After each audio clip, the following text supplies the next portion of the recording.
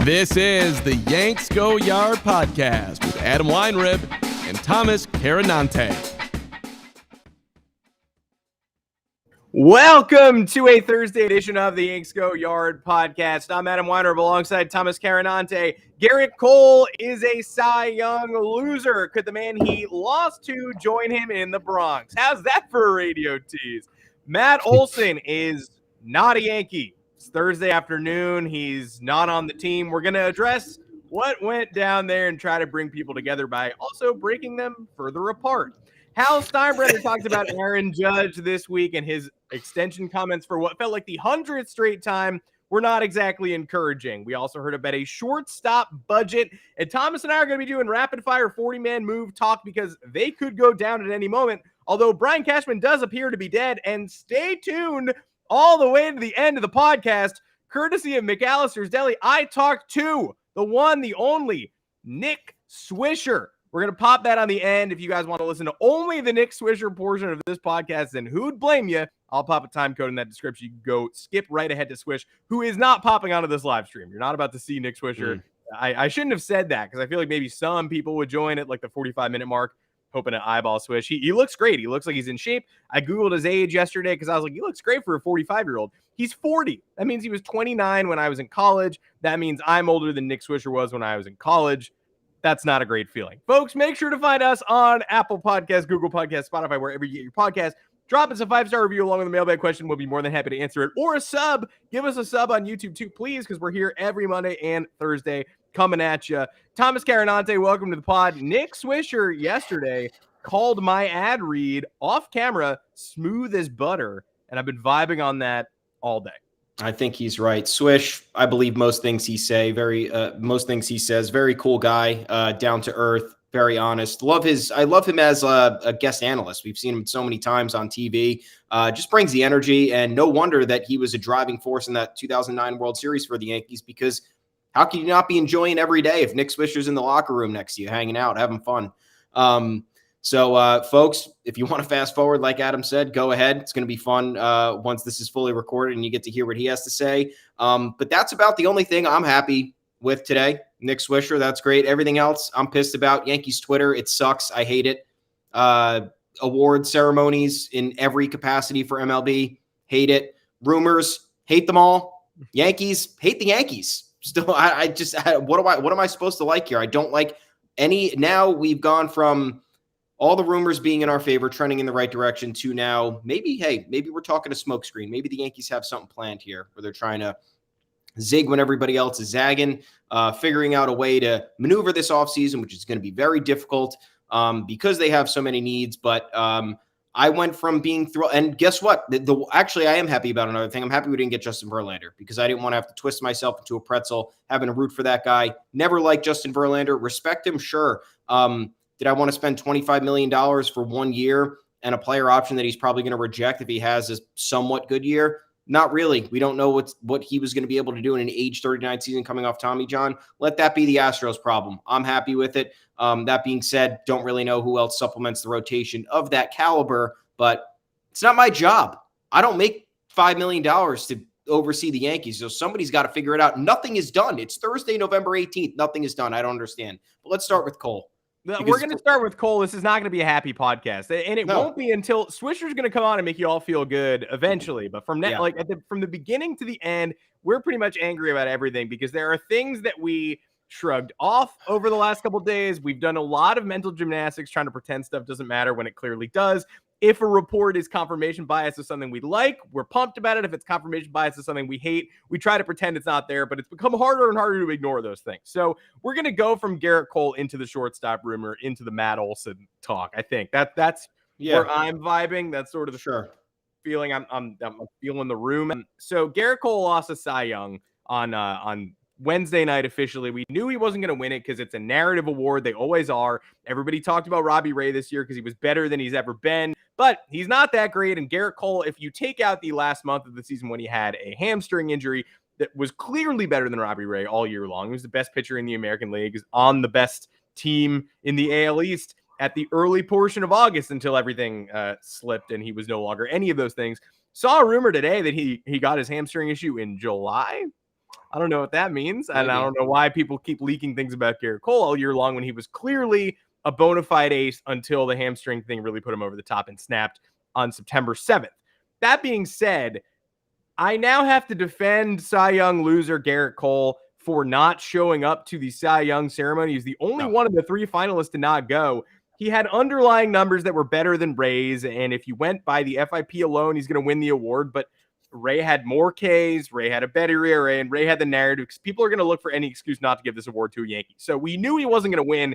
He knew he wasn't going to win, and he didn't even show up. And so now you've got Jared Carrabis doing things like, oh, Gerrit Cole, like the biggest clown shoe in baseball. He evaded the spider tack questions, and he got worse when he lost the tack, and he blew up in the wild card game, and he didn't go to the award ceremony like a sore loser. And you know what? All true. He's still an ace, but all that sucks. And now I have to defend all that stuff. And the other important caveat here is that Robbie Ray, this was Robbie Ray's year, right? He wins the belt for Cy Young. Congrats to Robbie Ray. He's the award winner. This is probably a career year for Robbie Ray. It's an obvious career year, I would say, in terms of someone who is not going to get better once he is paid. And whoever pays for his next contract is going to be really holding on for dear life there, hoping he can at least somewhat replicate the Cy Young form for a year or two. It's also worth mentioning that Cole collapsed down the stretch, blah, blah, blah. So did Robbie Ray. If he wins that starting against the Yankees during the last week of the season, the Jays are in the playoffs. It ended up being a one-game difference. So if he pitches better in that literal one game, the Toronto Blue Jays are in the wild card game instead of the New York Yankees. All that said, I'm going to drop this two-parter on your shoulders. One, are you tired of defending these little Gerrit Cole nudges, like the ditching of the award ceremony and stuff? Like, he was the rightful loser and he didn't show up, and it kind of bums me out that I have to defend that. So are you tired of defending these little Cole things? And two, we saw a report today saying that the Yankees are considering spending less on a shortstop and diverting that money to a number 2 starter. Now, there's no number 2 starter out there other than Robbie Ray. So are the Yankees really not going to pursue a shortstop because of the man Gerrit Cole just lost the Cy Young to?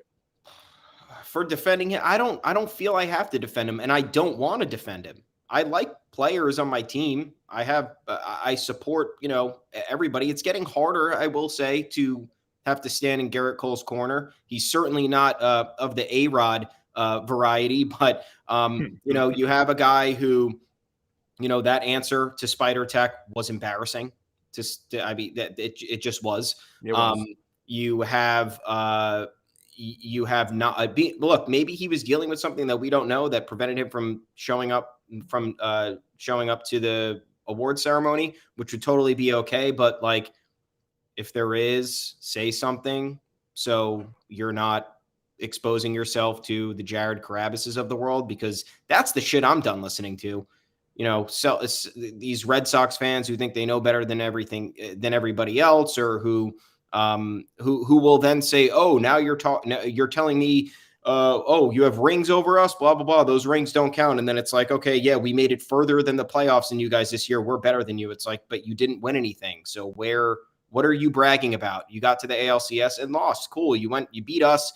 You got there. You didn't finish the ultimate goal. So joined us on the couch, just like the rest of the league. So that's the one thing that I'm sick of, is just having to tell Red Sox fans to shut up because I'm sick of hearing their shit. But for Gerrit Cole, like, I don't feel there's anything to defend him with. If he was injured down the stretch and heading into the wild card game, I had my opinion on this. I put it out there. Shouldn't have pitched. The Yankees had plenty of pitchers.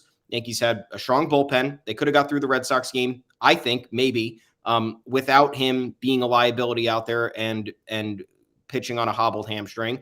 And the Spider Tack stuff, you want to talk about, if somebody asks you that in real time, you should just be programmed to say, no, you didn't use it.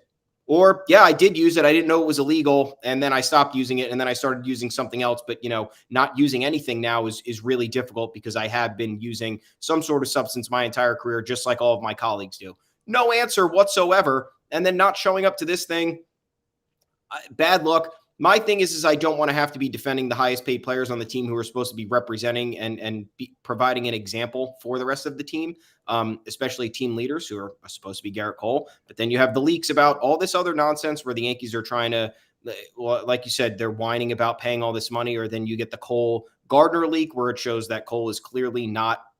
Cole might be a baby. I don't know. Is it true? I don't know. I don't know if it's true. Gerrit Cole, I'm not calling you a baby. I'm saying that if that story is true, you'd probably be labeled as a baby because Brett Gardner is just well-known jokester, always pulling stuff like that. So I don't know. I don't want to defend it. I'm not defending it. I don't think the behavior is that of an exemplary individual who makes $36 million a year on the largest starting pitching contract of all time. And it does go back to my feeling about the Yankees outbid themselves for Cole, who I didn't think was worth $324 million. So until he proves me wrong, I guess, for a season start to finish, I won't feel this way, but I don't care. And secondly, redirecting the shortstop money to a number 2 starter, like you said, not sure who it's going to.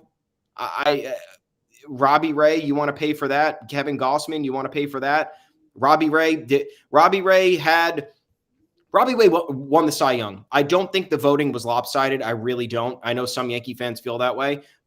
Ray led the league in innings pitched, starts, ERA, WHIP, ERA plus, all the things that kind of mattered. I understand FIP and strikeout to walk ratio are considerable, but Gerrit Cole, whether it was the injury holding him back or not, didn't do enough to win the award. 29 of 30 first place votes is certainly hefty. I do think Ray deserved it. But I don't want to pay for you're right. It's the definition of a career year. It's the definition of, perfect timing. He was smart to bet on himself for the 1 year and get that and get the bounce back season after his bad 2020, just like Corbin Burns, horrible 2020, bounce back Cy Young winner. Anything can really happen. But if we're talking to investing another load of money in a pitcher who's turning 30, next year is Robbie Ray's age 30 season, he's not a bona fide number 2, way too inconsistent throughout his career to even consider that. At this point, you got to be looking on the trade market. And then, but then what are you spending the money on? You're just pocketing, saving the money? Are you waiting for an Aaron Judge extension? Someone just tell me what you're doing, because these rumors don't make sense. Whatever is leaking now after everything that we've heard for the past couple of weeks. So I just want to know what's going on, because you're not paying for a number 2 starter, not in this market, unless you're paying for a co-ace and you're giving Max Scherzer 2 years, $80 million, which I'm fine with. We'd be on board with that. We've been crying about Max Scherzer for 7 years now, 8 years now. So, hey, if you're going to do that, great. That's the only number 2 starter that makes sense to save money on spending for a shortstop, right? Yeah, that is the only thing I'm fine with. Scherzer, Marte, Olson, cheapo shortstop. Great. Done. Sure. That's an offseason.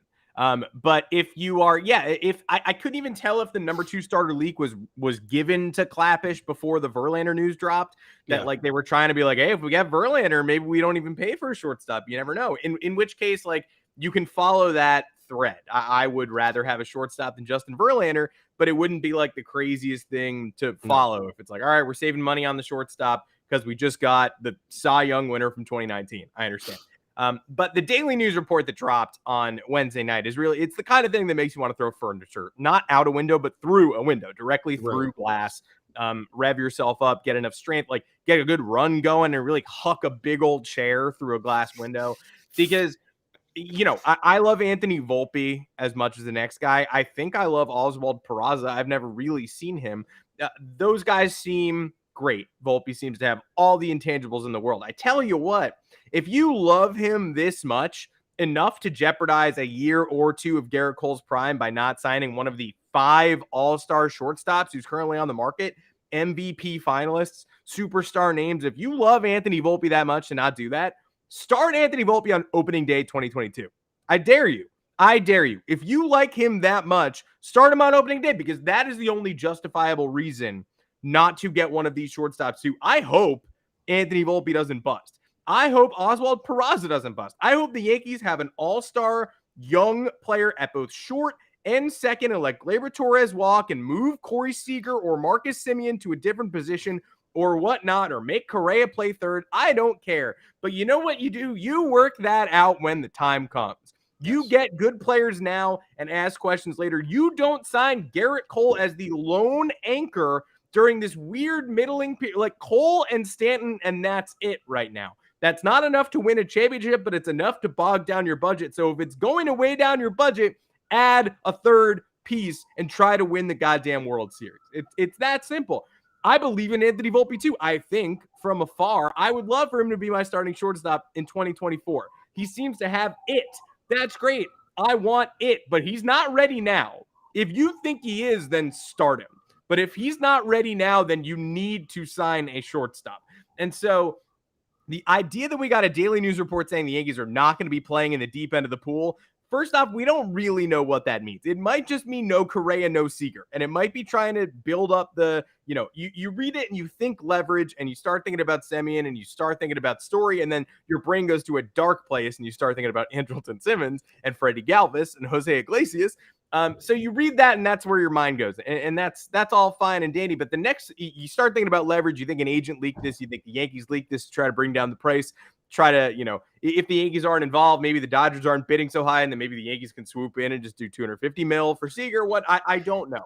But then you start to read the number 2 starter thing on Thursday morning that they're actually they have a plan for diverting the funds. And it's like, okay, so this might be real. Maybe the Yankees aren't going to spend on a shortstop, as we've all been promised. John Heyman saying Corey Seager was down to the Yankees and Dodgers was 2 days ago. And now suddenly we're getting the money diversion report and all that. So maybe it's just warring camps. But when you see the number 2 starter idea attached, it becomes bothersome because who is that?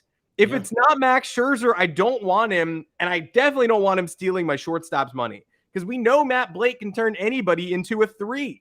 So I don't want to sign Robbie Ray for $120 million coming off a career year. And that bothers the Judge extension and that rubs against everything. And I don't want to sign Robbie Ray for $120 million. I don't want to sign Kevin Gossman for $70 million, who wasn't active by the time the playoffs rolled around. He was like a 5-and-fly guy. The Giants were going to the bullpen. He couldn't go through a lineup 3 times. That's not a number 2. So Verlander was a number 2. Scherzer's a number 2 because he's a number 1. And so if you're going to pay him, then fine. $80 million. Don't pay a shortstop. Pay Starling Marte. Pay Matt Olson. You don't have to pay Matt Olson, but pay Matt Olson's rising arbitration costs. Extend Judge. Whatever. But if you think the number 2s are Ray and John Gray and Carlos Rodon, then you have no reason to be paying those people instead of paying a shortstop. Just pay both. Yeah. And here's another hypothetical, because we're not, once again, I don't care what they spend. They care what they spend, and they're going to create financial restraints based on previous financial commitments. So what are we to do about that? I can't really do much. I wish I had more money. I'd try to help out. But if you're looking at them not wanting to commit long-term to a shortstop, those were the 2 reports that we saw. They don't want to spend in the $300 million range. Great. Here's a question for Scott Boras. You there, dude? Does Corey Seager or I forget who represents Carlos Correa? Nonetheless, do either one of those? Who? I think it's me. Oh yeah, you. Okay, so good. You're here. If we get Boras in the chat, works out perfectly. Do either of those guys reject a 2-year, $100 million deal? I'm just asking. Do you reject that? Then you can enter free agency again before you're 30 years old, and you're guaranteed $50 million each year for the next 2 years. If the Yankees don't want to spend and keep bogging down the books because they have Cole through 2027, 2026, they have Giancarlo Stanton through 2027. They have Aaron Hicks for another 4 years that we don't know what's going to happen with that deal. They have DJ LeMahieu for another 5 years after this. We don't know what's going to happen with that. If they do want to extend Aaron Judge, which we will get to in a second, that's going to be another 200, probably at least $175 million. And I think that that's being too kind. And then you have maybe you import an Olson and he makes a good impression and you want to extend him. So you're looking at a lot of financial commitments here. So why would one of these guys, who are the 2 youngest shortstops on the market at 26 and 27, or going into age 27 or age 28 seasons, take a gigantic short-term deal, which we saw the Dodgers do this past offseason, and then re-enter free agency again and use that as a bargaining chip if you're a World Series champion with the Yankees, or you have a tremendous year because you're Corey Seager, you're a lefty, you're playing in Yankee Stadium with the short porch to your right. So I don't know. That's another solution for the Yankees. You splurge for Max Scherzer, but I don't know if he wants to play here. So that's another problem that we're going to probably run into. And if they don't, and depending on what they want to do with the number 2 starter, say they want to pay Robbie Ray. Okay, great. Give him $100 million, but then you got to do something else. And if it's not giving $300 million to a shortstop, maybe it's paying a shitload in the front for somebody for 2 years and then not having to be bogged down by, 7 more years of whatever because you think these shortstop prospects are going to be the next best thing. So food for thought.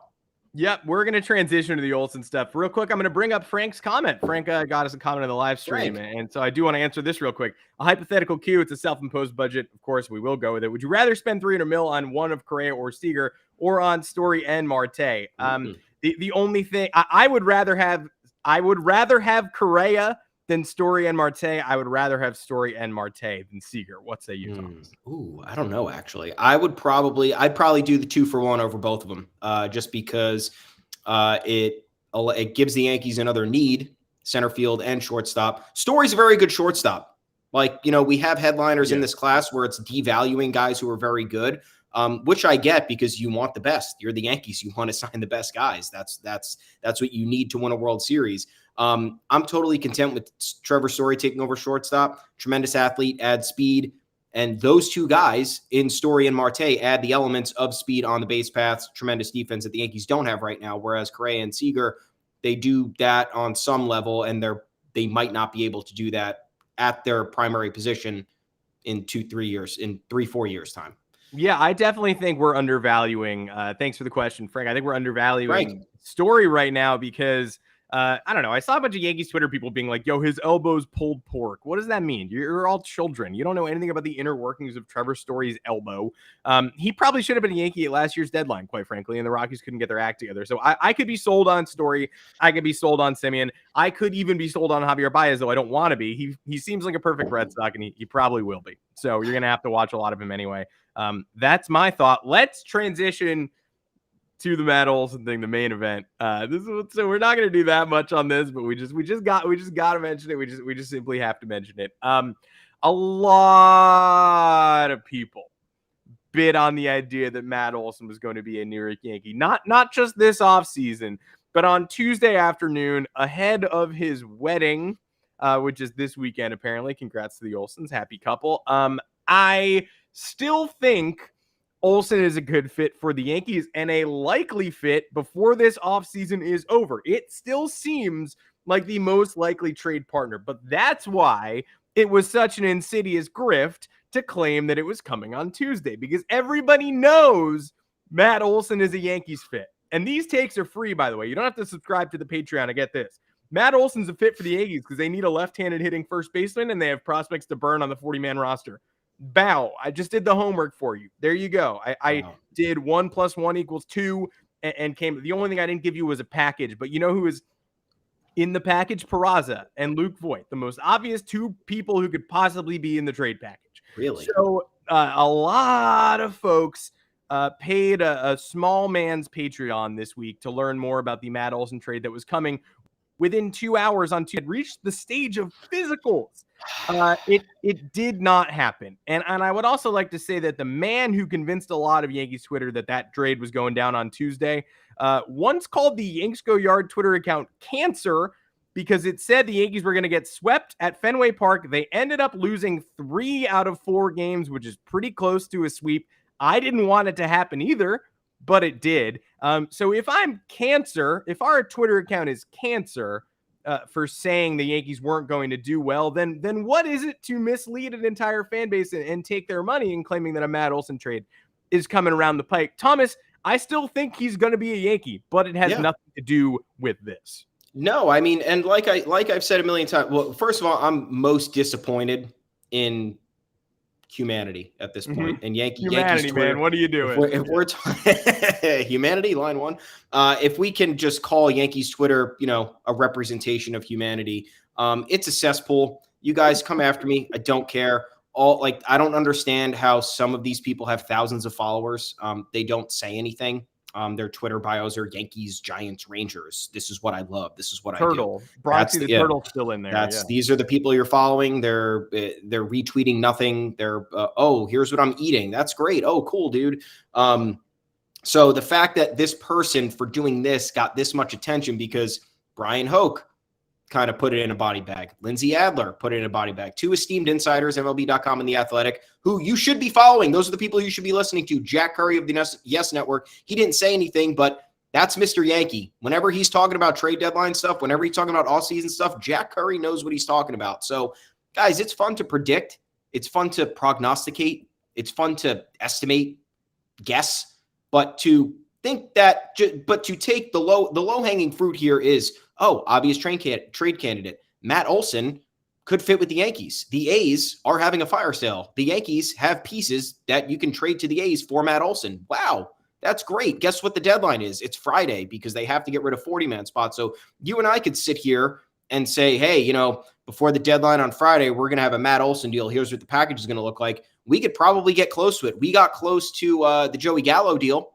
We did 3 packages for Joey Gallo that would make the most sense. We were 2 prospects off but they were of similar positions. It was just matter of taste for the Rangers, and it was matter of getting rid of 40-man guys. So you can be in the ballpark. It doesn't take rocket science if you're following the Yankees. Just make sure you're following the right people who are talking about this, and make sure that those people you're following aren't spewing it as something that is fact or is going to happen without any reputable sources, because this person had no reputable sources.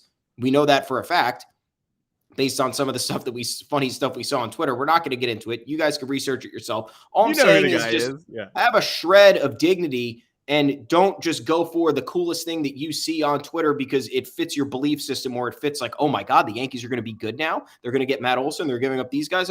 Austin Wells, was it him or his family? They got fooled by the package. Mm-hmm. So that, we can't be doing that. This is, Austin Wells was playing in a game when all this was supposed to go down. How stupid are we? Guys, this isn't 2016 Facebook. This isn't Cambridge Analytics. We're not doing this. Let's follow the people you need to follow. If you don't like us, that's fine. Don't follow us, but we're not here telling you what's going to happen. We're estimating what we think might happen or what we want to happen, which is a totally different story. So you come to us for the commentary. You come to us for the takes. You're not coming to us for news. You're not doing that. So go to Jack Curry, Brian Hoke, Lindsay Adler, the whole Sweeney Murty, the whole lot. Go WFAN. They have some inside stuff, whatever it is. Don't go to random Yankees Twitter for fake BS rumors that are fulfilling whatever you want to be true in your head. And if you don't want Yankees pessimism during a series where the Yankees are blowing 9th inning leads at Fenway Park and letting the division slip out of their grasp, then again, you don't have to follow either. If you want to be relentlessly positive all summer long as bad things are happening, this same person that same week said, he hates us because we're negative and we're never going to get any consequences coming to us. If the series turns out differently, there will never be any consequences. And you're right. There probably won't be any consequences for saying the Yankees are going to lose. And then if they win, oh no, I've been arrested. I'm in the stocks now. But there are consequences for misleading an entire fan base and convincing a player who's about to get traded to Oakland. There are consequences for that. In my opinion, that is much worse than feeling bad about the Yankees after Chad Green has just blown a 2-run, 2-out lead. My body was shaking. I hated that.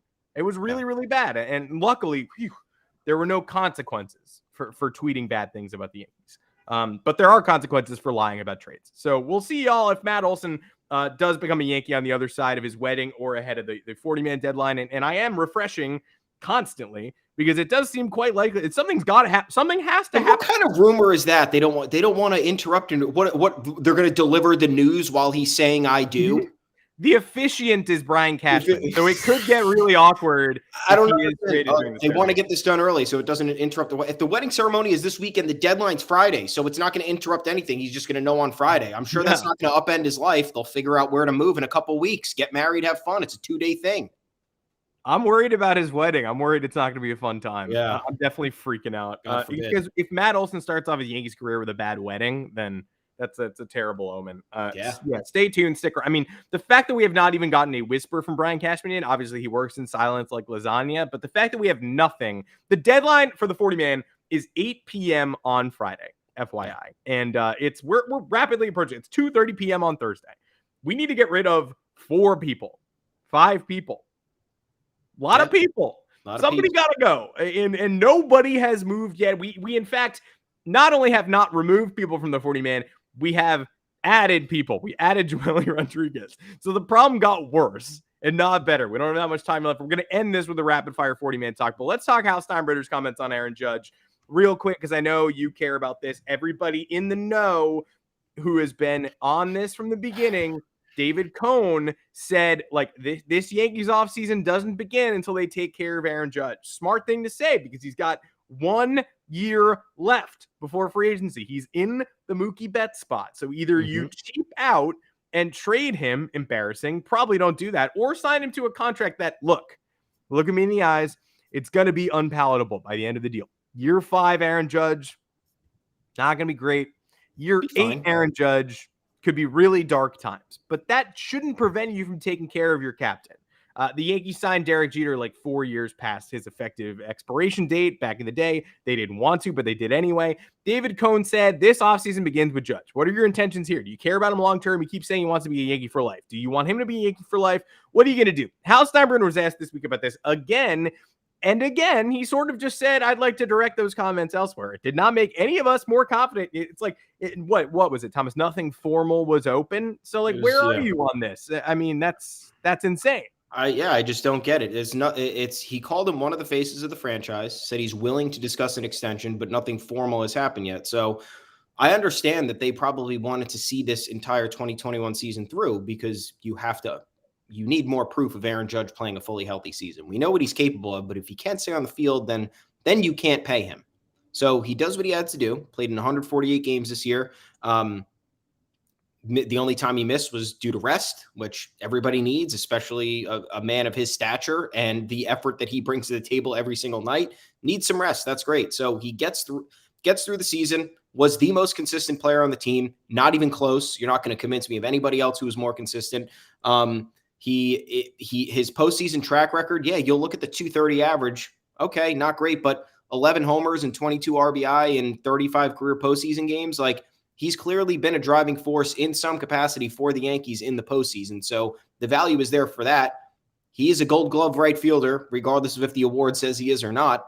And like you said, multiple times, right when the season ended, and then a couple weeks ago, or actually last week, said that he wanted to be a Yankee for life. So I don't know what the holdup is here. If you want to, the crazy part is that if they're waiting to pay other people before Aaron Judge, that's sending the wrong message in just about every single possible way you can. You're going to take care of outsiders first before you're taking care of somebody who is clearly a cornerstone of your franchise. So the commentary here is what bothers me, because how is there nothing formal? How is there not more of kind of a praise or admiration for this guy for what he was able to do? I understand the end result is not what you wanted. It's not what anybody wanted. But Aaron Judge is probably a top 10 player, arguably top 5 if he's playing fully healthy and he's firing on all cylinders. I'm not going to sit here and rank who's ahead of him or who he might be ahead of, but it's a conversation to be had. We could sit here and debate it for hours.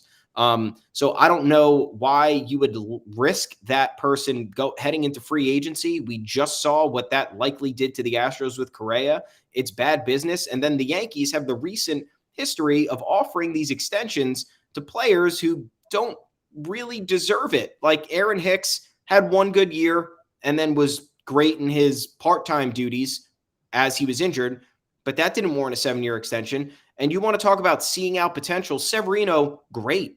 There was a ton of upside with him, but just let him play out the ARB years maybe instead of locking yourself into millions of dollars for 4 years. Like, I was happy with that deal. I'll be the first one to say I thought it was a shrewd deal, and it was, but injuries didn't go the way that it needed to. And it was just a financial commitment the Yankees did not need to lock themselves into, because injuries happen, especially with pitchers.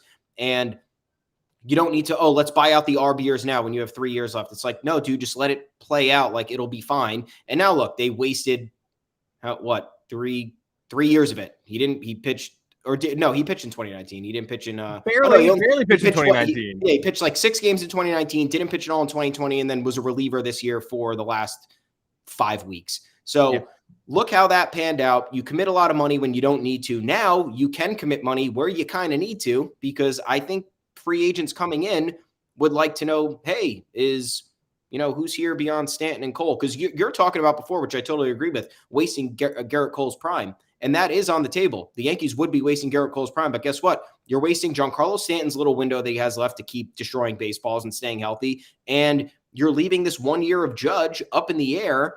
And I don't know what game you're playing, because If he has a good 2022, then the price is going up, and then you're finding yourself in a bit more of a precarious situation with sinking money to a guy who's on the wrong side of 30, or it's sending the wrong message in general, or he performs badly and then what? Somebody else picks him up in the offseason, or you just are pumping your fist because you were right because he didn't have the year that you thought he would, and now you can get him at a discount. It all goes there. There's no real good outcome with this. So that's why I'm frustrated with it. And that's why that's why the Yankees don't have their priorities in order. That's what I think based on what we're hearing. And that's my biggest problem with everything. They're the richest organization in baseball, top 2 or 3 in sports, and they constantly just don't really have answers or explanations for anything. And that's why it's frustrating, because what am I doing? Why am I here rooting for you? I don't know. Yeah.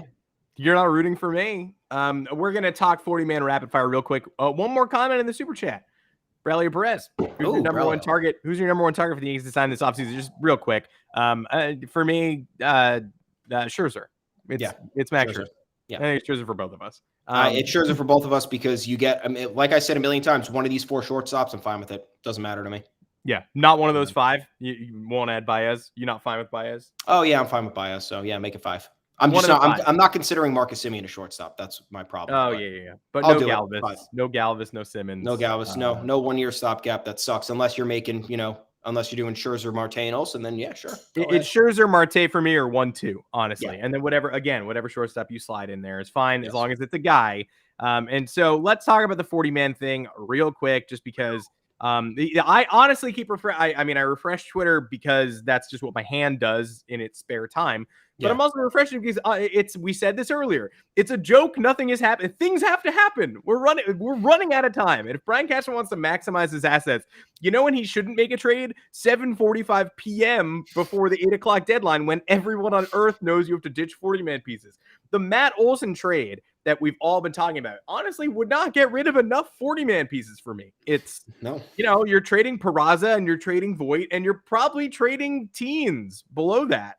Pereira, who's someone you need to protect, but doesn't get anybody off the 40-man, has been in these talks. And, some of the Waldichuk's not on the 40-man. He's not eligible yet. Like these other pitching, unless it's Luis Heel, you're not getting anybody off the 40, unless you're trading Miguel Andujar as the 9th piece in a trade, or Frazier. You're not getting anybody off. So Cashman does move in silence. We know this. We know he has to get rid of pieces. We talked about this. Yoendris Gomez is still on the 40-man roster. Nobody has seen him in years. I don't know who that is. I do, only tangentially. They've been betting on his potential forever. We've never seen him. Domingo Germán is also here, and if they don't trade him now, he's going to end up in the rotation this year, which is something that you cannot do if you're a self-serious team trying to win the division. He's fine.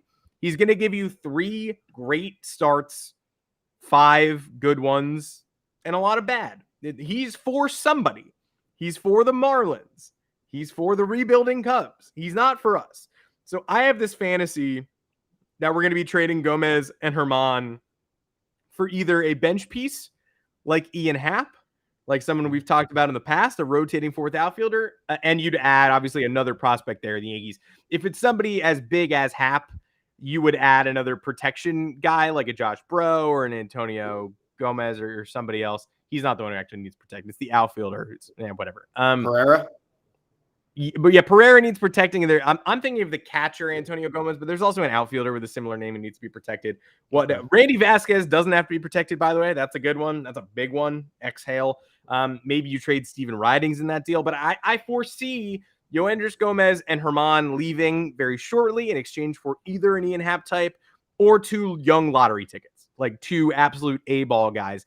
And Luke Voit, too, frankly, I think is a candidate to be Jake Cave style traded for an A-ball dude who eventually turns out to be Luis Heel. I trust Brian Cashman on these young lottery tickets, but man, the 2020 home run leader just being traded for some children is some Chicago Cubs shit.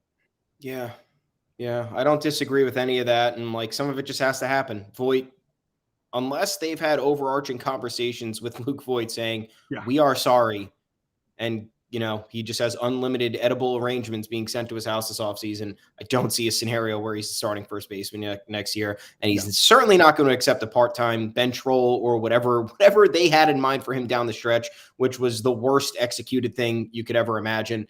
But for me, The easiest dead weight is in front of you, dude. Nick Nelson, goodbye. Non-tender Miguel Andujar and Clint Frazier, see ya. And look, I'm not saying cut Zach Britton because Talking Yanks was actually good enough to mention this because I was just saying, why isn't Zach Britton cut yet? Makes total sense. Zach Britton is on the verge of accruing his 10-5 rights, which are important for people who have established a decorated career in Major League Baseball. And they said that the gesture might be to keep him on the roster so he accrues the rights and then he's good. So I get it, but hey, maybe figure out a trade with Zach Britton. I don't know what other team would be against eating $14 million and getting some prospects with them. You could even attach some of the guys that you were mentioning before who need to be protected, who might not be able to be protected. And then guess what? $14 million more dollars. That's maybe a year of what Marte is going to command. So you kind of just make year one a wash, or you could spend more on another pitcher if you want more depth. We're talking, you wrote that article today. Anthony DeSclafani available, Alex Wood available. There was one more. All guys who are available, you could probably get for not too expensive. So you want to talk about cost cutting and spending your money wisely if you're the Yankees, because once again, I don't care if I'm the Yankees. I'm not spending my money wisely. I'm just doing whatever I can to win. Yes, you have three guys at the very least right now that you can 37-man roster. Now you have everything to work with. Now you trade three more, 34-man roster. Great. Start adding people. But if you want to be nice to Britton, that's awesome. Nick Nelson's got to go. Clint Frazier's got to go. Miguel Andujar's got to go. They don't have spots on this team. They don't. Nobody's going to convince me they do. Nope, I won't be that guy. I mean, Carlos Rodon, Gray, Carlos Martinez, if you want to get crazy, is something I've been looking at. Alex Cobb, but that does feel like a Twins bounce back. Dylan Bundy, that guy sucks. That's just like, these are the things you don't like. We just shouldn't be doing this Thursday, November 18th. As a Yankee fan who needs a championship infusion of talent, I should not be sitting here being like, Dylan Bundy could be had for $2.2 million. Like, no, screw me. That's a Chicago Cubs bounce back move. That's a Twins nonsense. That's a Tigers fifth starter garbage. I would sign Carlos Martinez basically for free. But I was much more into that idea before I looked at his numbers like last night and was like, hey, my eyes popped out of my head like a wolf cartoon. I was like, I couldn't believe how bad they were. So probably don't sign him, but maybe for the absolute minimum. That is it for this edition of the Yanks Go Yard podcast, except for No, It's Not. You can find us on Apple Podcasts, Google Podcasts, Spotify, wherever you get your podcasts. Drop us a 5-star review along with a mailbag question. We'd be more than happy to answer. Give us a subscribe. I'm Adam Weiner, but you can find me on Twitter at Adam Weiner. Thomas, where can they find you? At Tommy's Takes. And guys, pop into the chat too when we're live. Fun answering questions, fun putting you in the spotlight. Makes everyone feel good. Keep the discourse going. Head on over to yanksgo.com. Plenty of content there for you.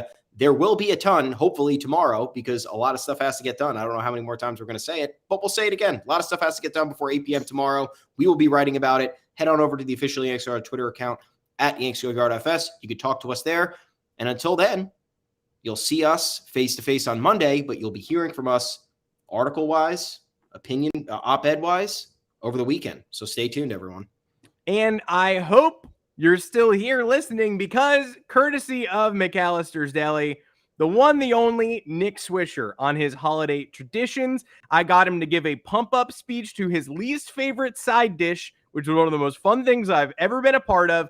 He also dropped some hints about the only Red Sox player he hates and some surprises from the 2009 World Series parade. So without further ado, ladies and gentlemen, Nick Swisher.